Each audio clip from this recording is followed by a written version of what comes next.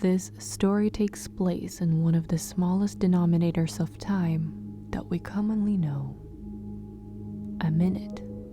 Doesn't sound like a lot, does it? Well, a lot can happen in a minute.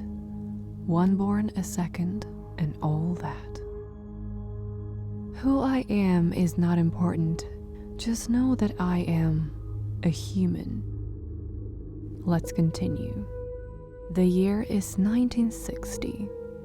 Hold on, you may say.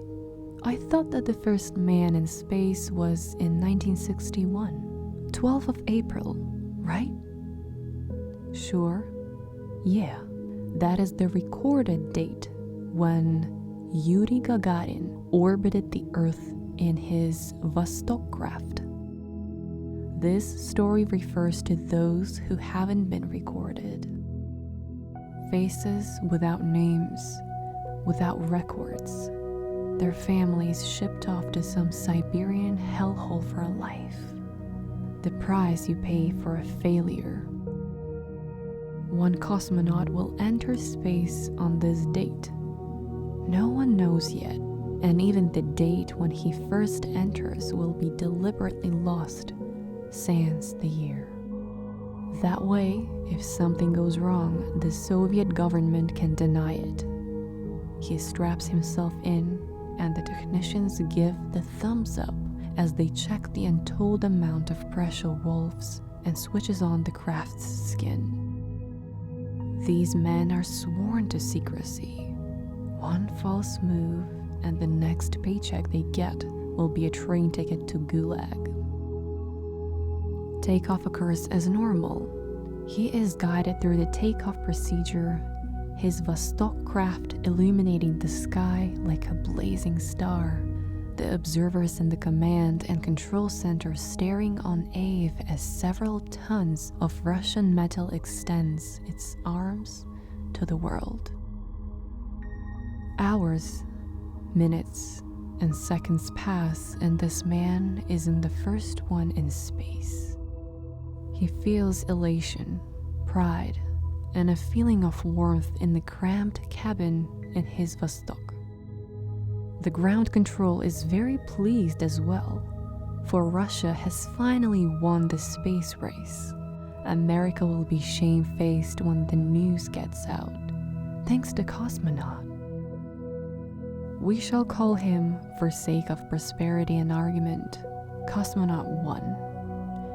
Cosmonaut 1 looks around his craft, a single tear escaping his eyes as he stares at the world in front of him. Continents and countries reduced to misshapen lumps of land on a marble in the deep blackness around him. But something goes wrong. The minute starts here.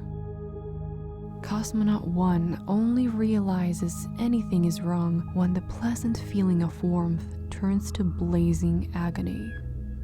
The craft is on fire. He kicks at the flames emanating from the main control unit, but no avail. He kicks the hatch door open and pushes himself into the cold depths of space, seeing his craft burn to ashes behind him. But as he looks back, he notices the flames have stopped. Of course, the fire pyramid. Fire needs oxygen, and, well, none of that exists here. Suddenly, terror overwakes him. He is floating. No lifeline. No way back. Only then he realizes what he must do. 30 seconds. It is better this way. I won't suffocate slowly. How long do I have? About half an hour of desperation. Reaching behind himself, Cosmonaut 1 flicks the quick release valve of his air tanks and pulls out the house. Immediately he begins to choke with the lack of oxygen. He had not expected it to be this painful, this terrifying. But there is nothing he can do. Nothing at all. He regrets his actions, wishing for the motherland. 15 seconds. He finally expires, his air depleted. It was covered up, all of it, out of sight, out of mind, and the Soviet government. It is over. That is the story. It is not a good one, not a nice one. But before we go, there is one thing we did not discuss. Who started the fire? How? The answer is more clear than you think. No, it was not me.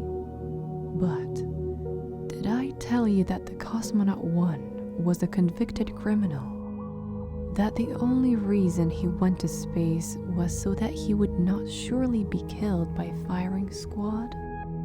They promised him a new start, fame, fortune, freedom as well.